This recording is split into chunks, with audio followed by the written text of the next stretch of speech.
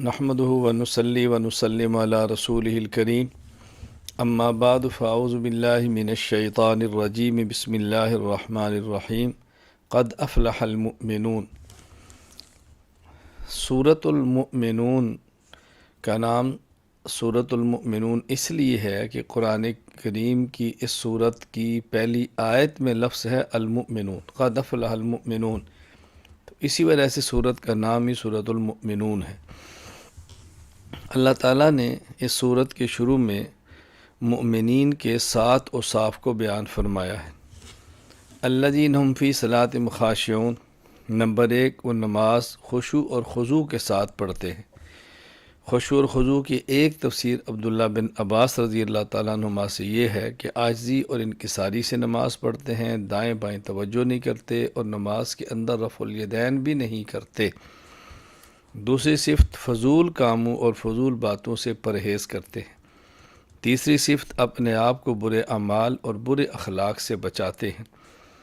چوتھی شرمگاہوں کی حفاظت کرتے ہیں۔ پانچویں امانتوں کا خیال کرتے ہیں۔ نمبر 6 وعدوں کو پورا کرتے ہیں، اور نمبر 7 نماز کی پابندی کرتے ہیں۔ یہ مومنین کے 7 اوصاف بیان فرمائے ہیں۔ وَلَقَدْ أَرْسَلْنَا نُوحًا إِلَىٰ قَوْمِهِ، حضرت نوح علیہ السلام کا تذکرہ کیا جو قرآن کریم کے کئی بار ہوا ہے کہ آپ نے اپنی قوم کو سمجھایا، وہ قوم باز نہیں آئی، ان پر عذاب آیا۔ نوح علیہ السلام کشتی میں بیٹھے، ان کے ماننے والے بھی بیٹھے، نجات پا گئے، باقی مشرک قوم تباہ و برباد ہو گئی۔ وَجَعَلْنَا ابْنَ مَرْيَمَ وَأُمَّهُ آیَةً وَآوَيْنَاهُمَا إِلَىٰ رَبْوَةٍ ذَاتِ قَرَارٍ وَمَعِینٍ۔ حضرت مریم کو اللہ تعالیٰ نے بیٹا حضرت عیسیٰ علیہ السلام دیا، بادشاہ وقت ان کا مخالف ہوا، اللہ تعالیٰ نے کی حفاظت فرمائی۔ بادشاہ نے قتل کرنا چاہا لیکن اللہ نے بچایا۔ اللہ تعالیٰ نے ان کو ایسی جگہ عطا فرمائی کہ جو بلند بھی تھی، پرسکون بھی تھی، اور صاف ستھرے پانی کا چشمہ وہاں پہ بہتا تھا۔ تو یہاں ربوۃ سے مراد ہے بلند زمین۔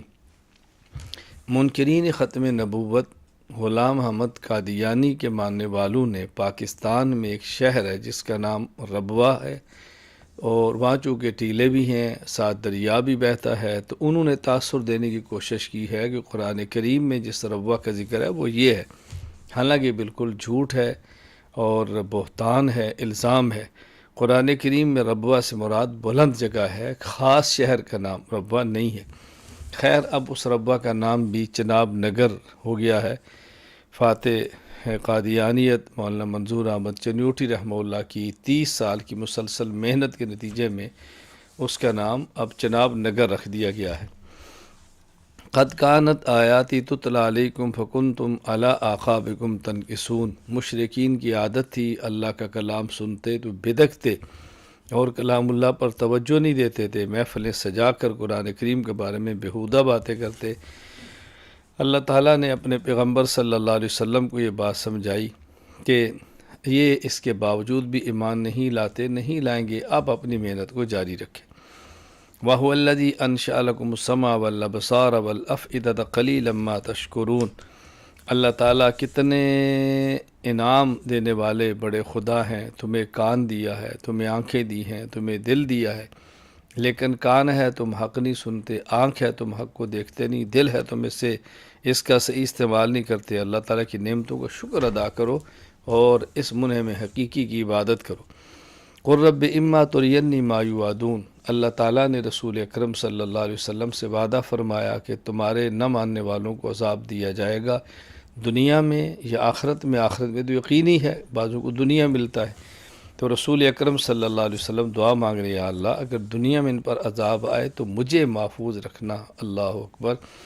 رسول اکرم صلی اللہ علیہ وسلم تو محفوظ ہیں، امت کو بتایا گیا ہے کہ تم ان دعاؤں کا اہتمام کیا کرو۔ حتیٰ اذا جاء احدهم الموت قال رب ارجعون، کافر کو جب موت کے آثار نظر آتے ہیں، آخرت کی منزلیں نظر آنے لگتی ہے، تو اس وقت کہتا ہے اللہ مجھے بچا لے، مجھے دنیا میں بھیج دے، میں تیاری کر کے آؤں گا۔ اللہ فرماتے ہیں انہا کلمۃ وقائلها، یہ جھوٹ ہے، زبان کی باتیں ہیں، ہم اگر اس کو واپس بھیج بھی دیں تو یہ تب بھی ایمان نہیں لائیں گے۔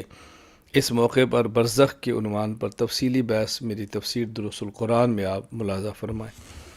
تلفح وجوہہم النار وہم کالحون، قیامت کا دن بہت ہولناک ہوگا، کافر جہنم میں ہوں گے، چہرے جلس رہے ہوں گے، اور یہ اللہ کو پکاریں گے یا اللہ ہمیں یہاں سے نکال دے۔ اللہ فرمائے گے اخسو، اب تم ذلیل ہو کر یہاں پڑے رہو، مجھ سے بات بھی نہ کرو، تمہیں دنیا میں سمجھایا گیا لیکن تم سمجھنے کے لیے تیار نہیں تھے۔ افحسبتم انما خلقناکم عبثا وانکم الینا لا ترجعون، اللہ تعالیٰ فرماتے ہیں تمہارا خیال یہ تھا کہ ہم نے تمہیں فضول پیدا کیا ہے، تم ہمارے پاس لوٹ کر نہیں آؤ گے۔ اللہ رب العزت اونچی شان والا ہے، حقیقی بادشاہ ہے، اللہ کے علاوہ کوئی عبادت کے لائق نہیں ہے، اور قیامت کے دن ان سب کا حساب ہوگا۔ تم اس دعاؤں کا اہتمام کیا کرو۔ ایمان والوں کو فرمایا گیا میرے پیغمبر آپ یہ دعا پڑھا کریں، رب اغفر وارحم وانت خیر الراحمین۔ نبی کو سنایا، امت کو سمجھایا ہے تاکہ امت اس دعا کا اہتمام کرے، اے اللہ مجھے معاف فرما دے، رحم فرما دے، آپ بہترین رحم کرنے والے۔ سورۃ المؤمنون کی آخری آیات، افحسبتم انما خلقناکم عبثا وانکم الینا لا ترجعون فتعالی اللہ الملک الحق لا الہ الا هو رب العرش الکریم ومن يدع مع الله الہا آخر لا برہان له به فانما حسابه عند ربه انه لا يفلح الکافرون وقل رب اغفر وارحم وانت خیر الراحمین۔ اگر کسی شخص بیمار پر پڑھ کے دم کیا جائے تو اللہ تعالیٰ اس کو صحت عطا فرماتے ہیں۔ سورۃ النور، اس سورت میں اللہ تعالیٰ کے نور کو مثال دینے کے لیے سمجھایا گیا ہے، اللہ نور السماوات والارض، اس لیے اس سورت کا نام ہی سورۃ النور ہے۔ الزانیۃ والزانی فاجلدوا کل واحد منہما مئۃ الجلدہ، یہاں زنا کرنے والوں کی حد کو بیان کیا گیا ہے۔ یہ بات ذہن نشین فرما لیں کہ اگر زنا کرنے والا غیر شادی شدہ مرد اور غیر شادی شدہ عورت زنا کرے تو ان کو بطور سزا کے 100 کوڑے مارے جائیں۔ اگر شادی شدہ مرد یا شادی شدہ عورت زنا کرے تو اس کو سنگسار کر دیا جائے۔ اور فعل زنا ثابت ہونے کے لیے 3 طریقے ہیں۔ نمبر 1، 4 گواہ مرد ہوں، 4 گواہ ہوں۔ نمبر 2، زانی مرد یا زانی عورت خود اعتراف کرے کہ میں نے یہ جرم کیا ہے۔ نمبر 3، کنواری عورت ہو اور اس کا حمل ظاہر ہو جائے۔ اب عورت کا حمل ظاہر ہو گیا، اس کا زنا ثابت ہو گیا، لیکن یہ زنا کس کے ساتھ کیا ہے؟ اگر کوئی شخص اعتراف کرتا ہے تو ٹھیک، لیکن صرف عورت کے اعتراف سے کہ فلاں نے میرے ساتھ زنا کی، اس آدمی پر حد نہیں ہوگی۔ وہ اگر اعتراف کرتا ہے تو ٹھیک، وگرنہ صرف عورت کے حق میں زنا ثابت ہوگا اور اس پر حد شرعی کو جاری کیا جائے گا۔ والذین یرمون المحصنات ثم لم یأتوا بأربعة شہداء فاجلدوہم 80 جلدۃ ولا تقبلوا لهم شہادۃ ابدا، کوئی شخص کسی پر زنا کی تہمت لگائے اور اس کے پاس گواہ 4 موجود نہ ہوں تو ایسے شخص کو 80 کوڑے مارے جائیں اور اس کی گواہی کبھی بھی قبول نہ کی جائے۔ آخرت کا عذاب اس کے علاوہ ہے، لیکن اگر اس شخص نے توبہ کر لی تو آخرت کی سزا تو نہیں ملے گی، لیکن دنیا میں اس کی گواہی پھر بھی کبھی قبول نہیں کی جائے گی۔ والذین یرمون ازواجہم، لیکن اگر کوئی شخص اپنی بیوی پر زنا کا الزام لگائے تو اس کو 4 گواہ پیش کرنے پڑیں گے۔ اگر 4 گواہ موجود نہیں ہیں تو پھر لعان ہوگا۔ لعان کا مطلب یہ ہے کہ یہ بندہ 4 قسمیں اٹھا کر کہے کہ یہ سچا ہے، اور 5ویں قسم اٹھائے کہ اگر وہ جھوٹ بولتا ہے تو اس پر خدا کی لعنت ہو۔ اس کے بعد اس کی بیوی 4 قسمیں اٹھائے کہ اس شخص نے جھوٹ بولا ہے، اور 5ویں قسم اٹھائے کہ اس عورت پر اللہ کا غضب ہو اگر اس بندے نے سچ بولا ہے۔ یہ لعان ہے۔ جب یہ لعان ہو جائے تو اس لعان سے ان کو الگ کیا جائے گا۔ تو ایک ہے خامد کا بیوی کے علاوہ کسی اور پر تہمت لگانا، وہ معاملہ الگ ہے، اس پر تہمت ہے، 80 کوڑے ہیں اگر ثابت نہ کر سکے۔ اور ایک ہے اپنی بیوی پر الزام لگانا، اس کا طریقہ الگ ہے جس کو لعان کہتے ہیں۔ ان الذین جاؤوا بالافک عصبۃ منکم، یہاں واقع افک ہے۔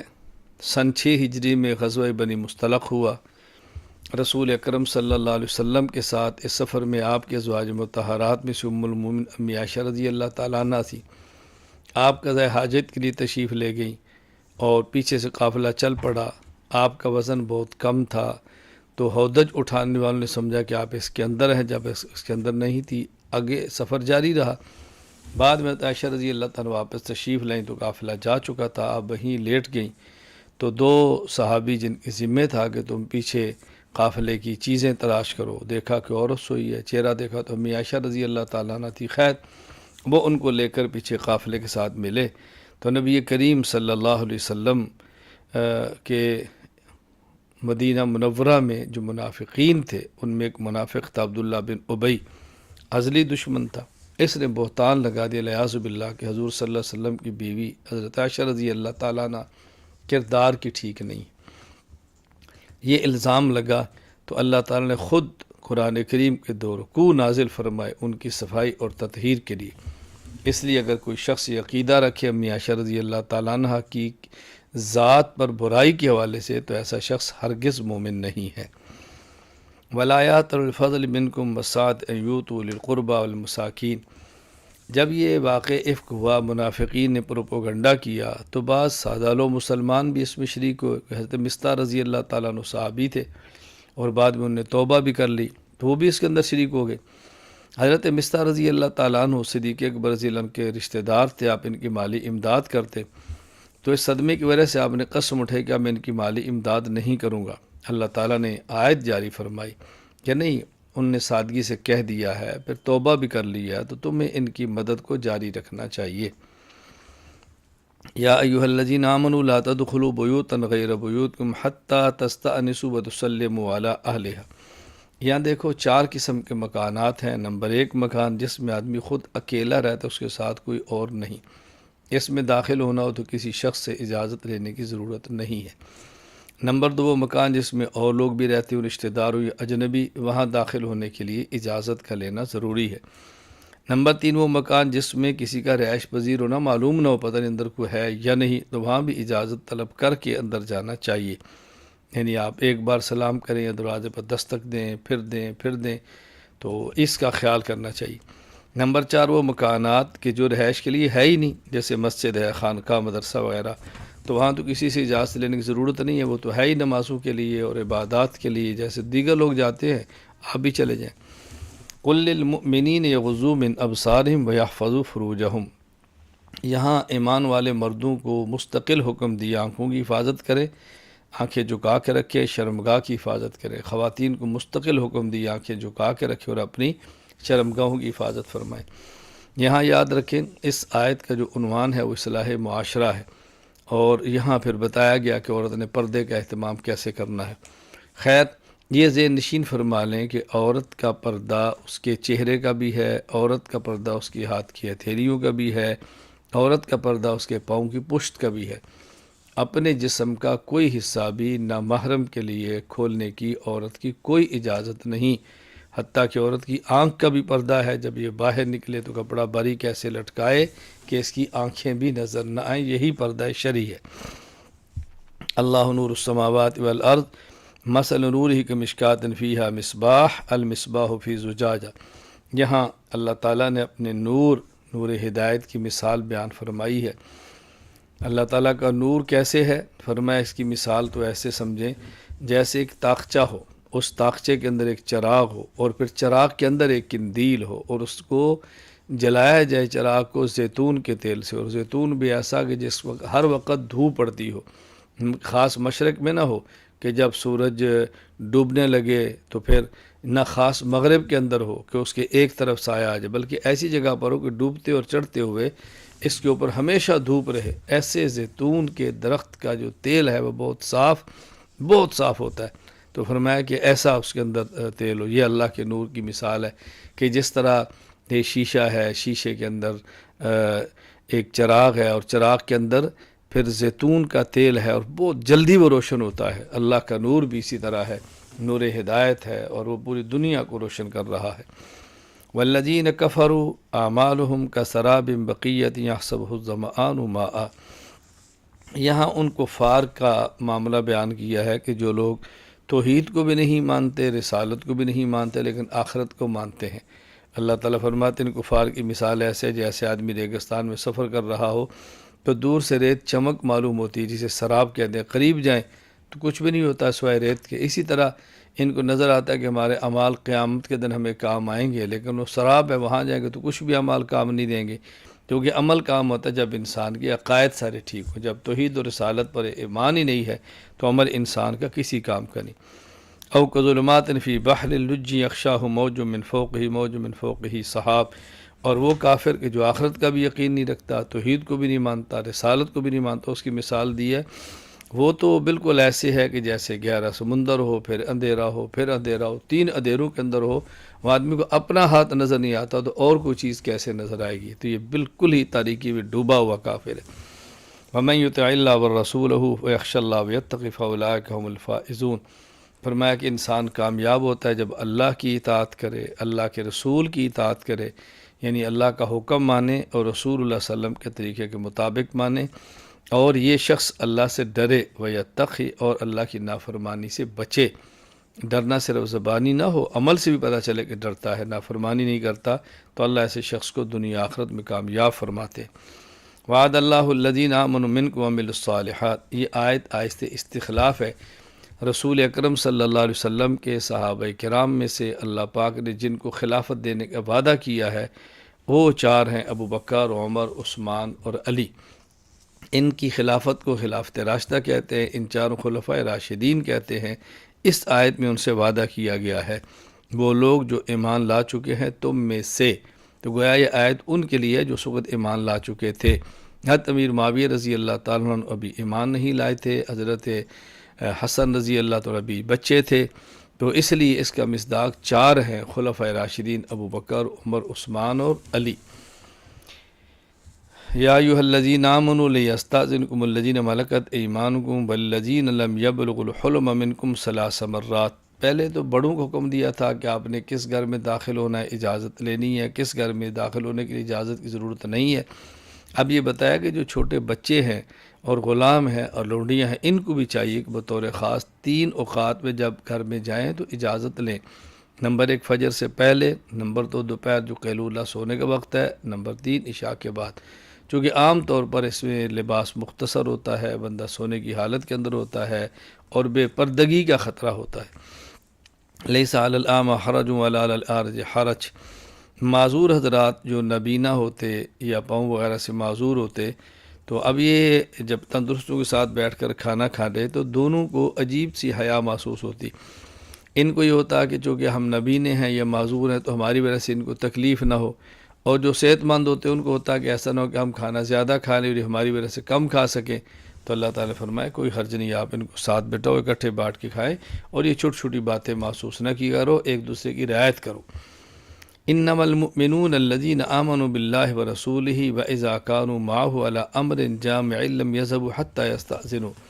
غزوہ احزاب، غزوہ خندق کے موقع پر یہ آیت نازل ہوئی اور فرمایا ایمان والے اپنے کام میں لگے ہیں، اگر جانا پڑے تو اجازت لے کر جاتے ہیں، جب یہ اجازت لیں آپ ان کو بخوشی اجازت دیں۔ ہاں منافقین چوری جاتے، جھوٹے بہانے لگاتے، تو فرمایا مومن اور منافق میں یہ فرق ہے۔ آج بھی اگر کوئی شیخ کا مرید ہو، کوئی استاد کا شاگرد ہو، کوئی امیر کی اطاعت کے اندر ہو اور اپنی حاجت کے لیے وہ اجازت مانگے تو اس کو اجازت دے دینی چاہیے۔ قرآن کریم کو اس صورت میں الفرقان کہا گیا ہے، حق اور باطل کے درمیان فرق کرنے والا، اس لیے صورت کا نام ہی صورت الفرقان ہے۔ وقال الذین کفروا ان ھذا الا افک افتراہ اعانہ علیہ قوم آخرون۔ مشرکین کا ایک اعتراض یہ تھا کہ حضور اکرم صلی اللہ علیہ وسلم نے قرآن کو خود گھڑا ہے، اور یہودیوں سے کچھ باتیں سیکھ لیتے ہیں اور ہمیں قرآن کہہ کر بیان کر دیتے ہیں۔ اللہ نے فرمایا کہ تم جھوٹ بولتے ہو، یہ قرآن ہمارے نبی کا گھڑا ہوا نہیں ہے، یہ قرآن اللہ کے نبی کے اللہ کا کلام ہے۔ وقالوا ما لهذا الرسول یاکل الطعام ویمشی فی الاسواق۔ ان کا دوسرا اعتراض یہ تھا کہ یہ کیسا رسول ہے کہ جو گلیوں میں چلتا ہے اور پھرتا ہے، اس کے ساتھ کوئی فرشتہ کیوں نہیں نازل ہوتا ان کے ساتھ ساتھ؟ یہ ان کا اعتراض تھا کہ نبی بھی کھاتا پیتا تھوڑا ہی ہے۔ تو ان کو جواب دیا گیا کہ دیکھو جب تم کھاتے اور پیتے ہو تو نبی تو وہی ہوگا جو کھاتا اور پیتا اور کھانے پینے کے تقاضے سمجھتا ہو۔ اب اگر نبی ایسا نہ ہوتا، فرشتہ ہوتا، تو پھر آپ کا اعتراض ہوتا ہے اس کے نبی ہونے پہ، فرشتہ ہونے پہ دلیل کیا ہے؟ اور تمہارا اعتراض ہوتا ہے یہ تو کھاتے اور پیتے نہیں، تو ہماری ضرورتوں کا ان کو ادراک کیسے ہوگا؟ تو یہ اعتراض تمہارا لچر ہے کہ نبی کھاتا اور پیتا کیوں ہے۔ وما ارسلنا قبلک من المرسلین الا ان، تمہارا اعتراض یہ لچر ہے کہ نبی گلیوں میں پھرتا ہے اور گھومتا ہے اور ہماری طرح چلتا پھرتا کیوں ہے۔ وما ارسلنا قبلک من المرسلین الا انہم لیاکلون الطعام یمشون فی الاسواق۔ تو مشترکین کے اعتراض کے جواب کو دوبارہ دہرا دیا گیا اور ان کے اعتراض بھی دہرایا گیا کہ یہ کوئی تمہارا اعتراض ہے کہ نبی بازار میں کیوں چلتا ہے، نبی کھاتا کیوں ہے، نبی پیتا کیوں ہے۔ دیکھیں اب نبی بشر ہے تو بشر ہونے کی بنیاد پر وہ کھائے گئے، بشر ہونے کی بنیاد پر وہ پئیں گے، بشر ہونے کی بنیاد پہ بازاروں میں چلیں گے۔ یہ تو بشریت کے بنیادی تقاضے ہیں، تم عجیب اعتراض کرتے ہو۔ عجیب بات یہ ہے کہ میں ایک بات عرض کیا کرتا ہوں کہ جنہوں نے نبی کو دیکھا وہ سمجھتے تھے بشر ہے، وہ نبی نہیں مان رہے مشرکین، اور آج مشرک وہ نبی مان رہا ہے لیکن ان کو بشر ماننے کے لیے تیار نہیں۔ تو رسول اکرم صلی اللہ علیہ وسلم کے دور کے مشرک اور آج کے مشرک میں ایک بات مشترک ہے کہ یہ بشریت اور نبی کو اکٹھا نہیں مان رہے، بلکہ نبی کے دور کا مشرک بشر مانتا تو نبی نہ مانتا، اور آج کے دور کا مشرک وہ بشر نبی مانتا ہے لیکن بشر نہیں مانتا، حالانکہ نبی بشر بھی ہے اور نبی بھی ہے۔ وآخر دعوانا ان الحمد للہ رب العالمین۔